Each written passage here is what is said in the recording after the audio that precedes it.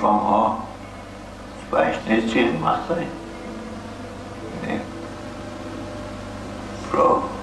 Früher Schweinekinder vielleicht noch kommen würden, die Hände zu ersparen. What you've just heard is the testimony of Thomas Holzhauser, a German who underwent forced sterilization.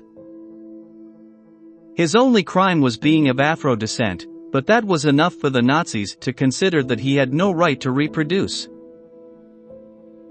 During those years of terror, the black population in the Third Reich had to coexist with the hatred of a society that had no place for them.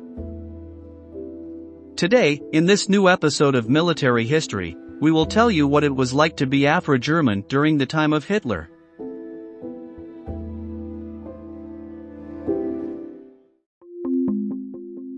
The history of discrimination against black people in Germany has deep roots.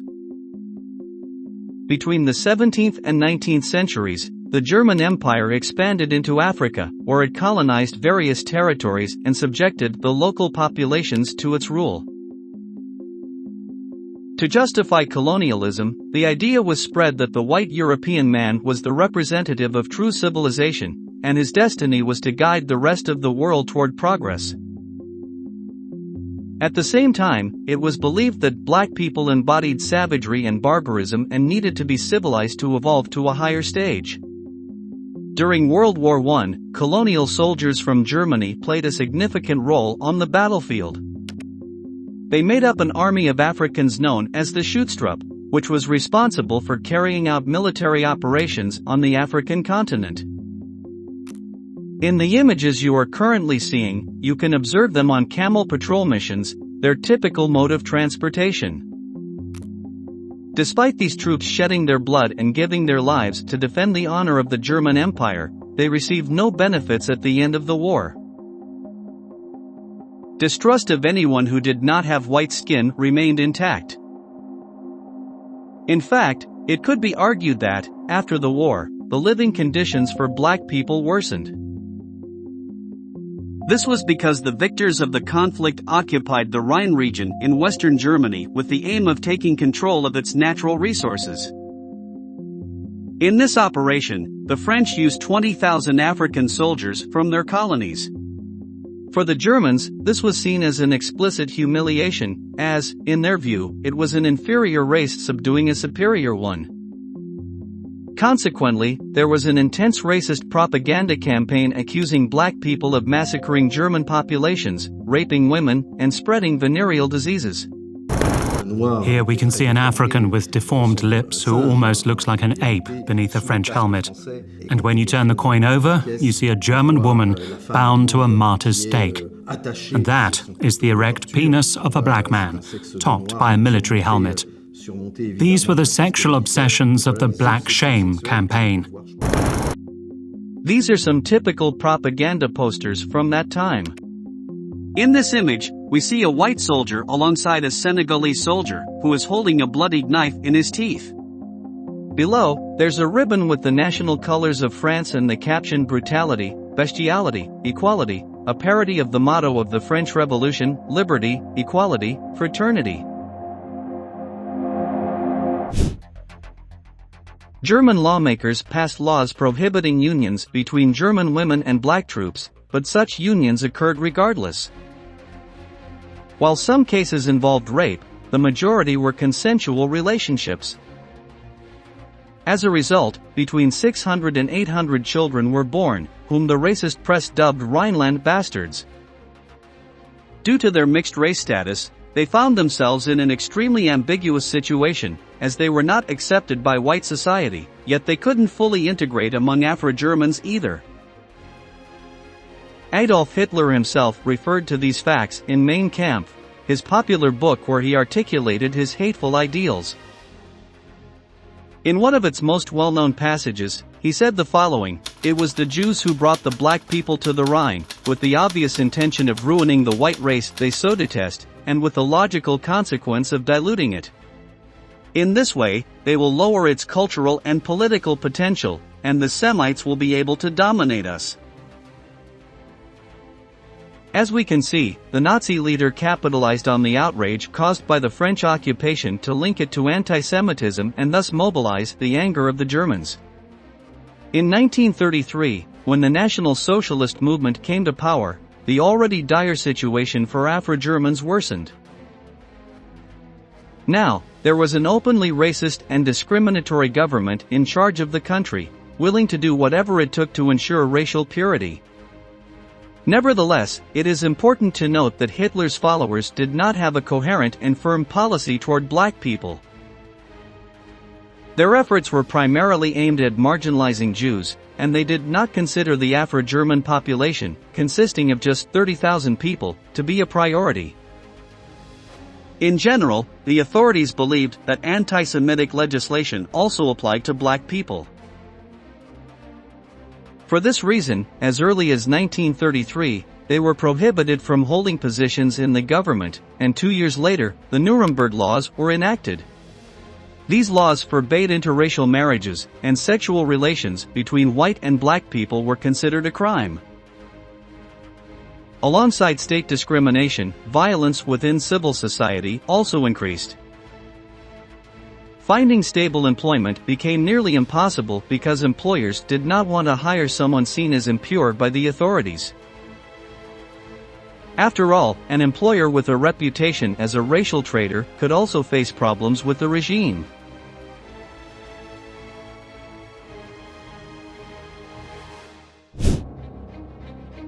Unemployment became widespread among Afro-Germans, and they no longer had a way to pay for their homes, forcing them to wander from city to city in search of sustenance.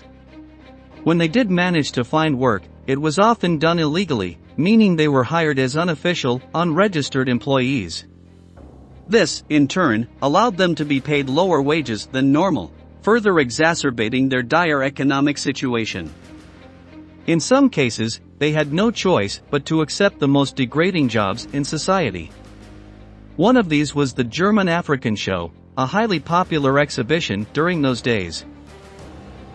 It was essentially a human zoo where alleged members of African tribes were showcased. In reality, these were black actors forced to dress in loincloths, perform extravagant dances, speak loudly, and behave as primitive beings. The white people who attended the show believed they were seeing actual inhabitants of the African continent, exhibited as if they were animals for their amusement. The show ran from 1937 to 1940 when it was disbanded. In 1939 zurück nach Berlin und mein Vater fuhr mit der Schau bis Ende 40 noch weiter. War denn das Publikum, was denn da reinkam, da kamen dann ganze Klassen, diese Hitlerjugend rein und alles und da wurde dann schon mal eine dumme Bemerkung gemacht und alles und dann wurden auf wie es so ist, auf den Volksfesten und in die Bierzelte reingegangen sind, dann gab es Schlägereien und alles.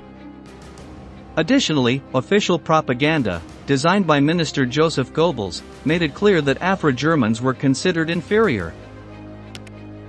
In this image from a Nazi short film, you can see a caption that reads, "The Jew is a bastard." As you can see, in the center is a Semitic man with stereotypical features, including a large nose, beard, and dark clothing. Through lines, he is connected to what Hitler's followers considered inferior races. From left to right, Easterners, blacks, Mongols, and East Africans. This was a way to visually represent the passage from Mein Kampf we heard earlier, in which Hitler denounced a conspiracy between Jews and blacks to eliminate the Aryan race. In another photograph, there is an attack on interracial friendships. Here, two women of different skin colors are seen fraternizing, and the caption reads, "Result, loss of racial pride."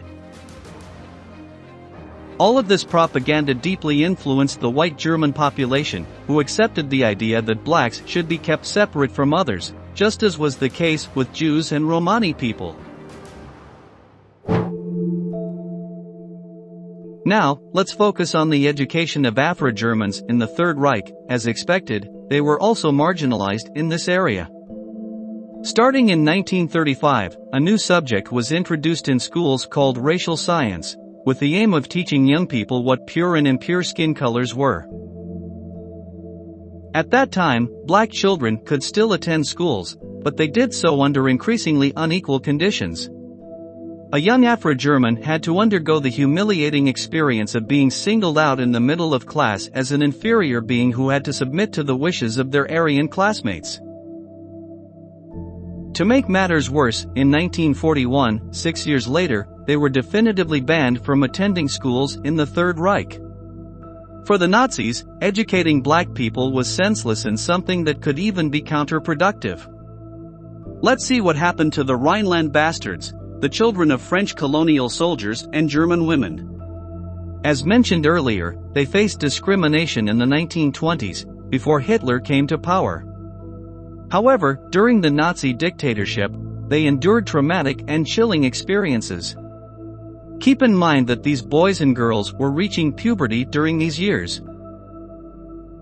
The authorities decided that it was unacceptable for these young people to reproduce because they posed a risk to the racial unity of the nation. The government created Special Commission No. 3 and appointed Dr. Eugen Fischer, an expert in eugenics and the main ideologist behind the Nuremberg Laws, as its head. Eugenics was a practice and philosophy that aimed to improve the human race through various forms of hereditary intervention and selective methods. The task of this commission was to forcibly sterilize the Rhineland bastards. These young people were informed that their presence was required for medical treatment, and if they refused to attend, they were brought in by the Gestapo. At the beginning of this video, we heard the testimony of a man who underwent this. Now, let's see what Hans Hack, who suffered the same fate, has to say about it. Die Überprüfung war Schädelmessungen.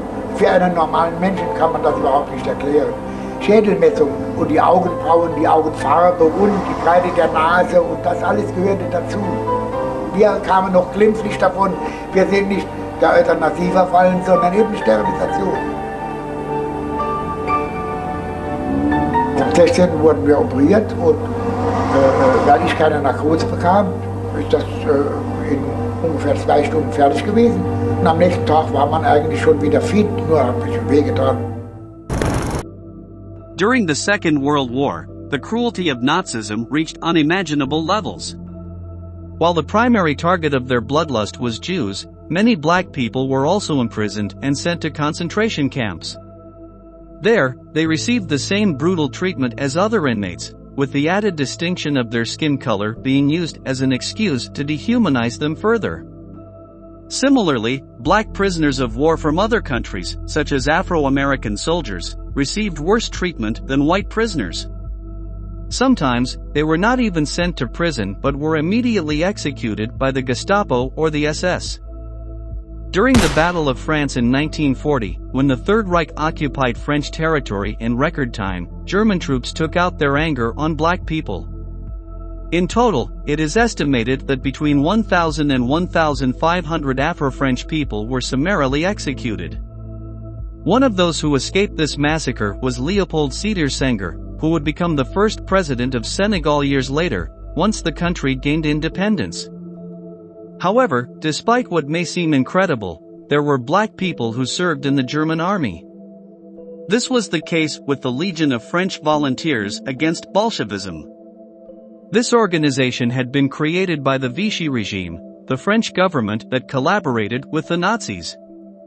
During the conflict, it was sent to the Eastern Front to fight, and it is known that among its ranks were about 200 men from the French colonies who were not white.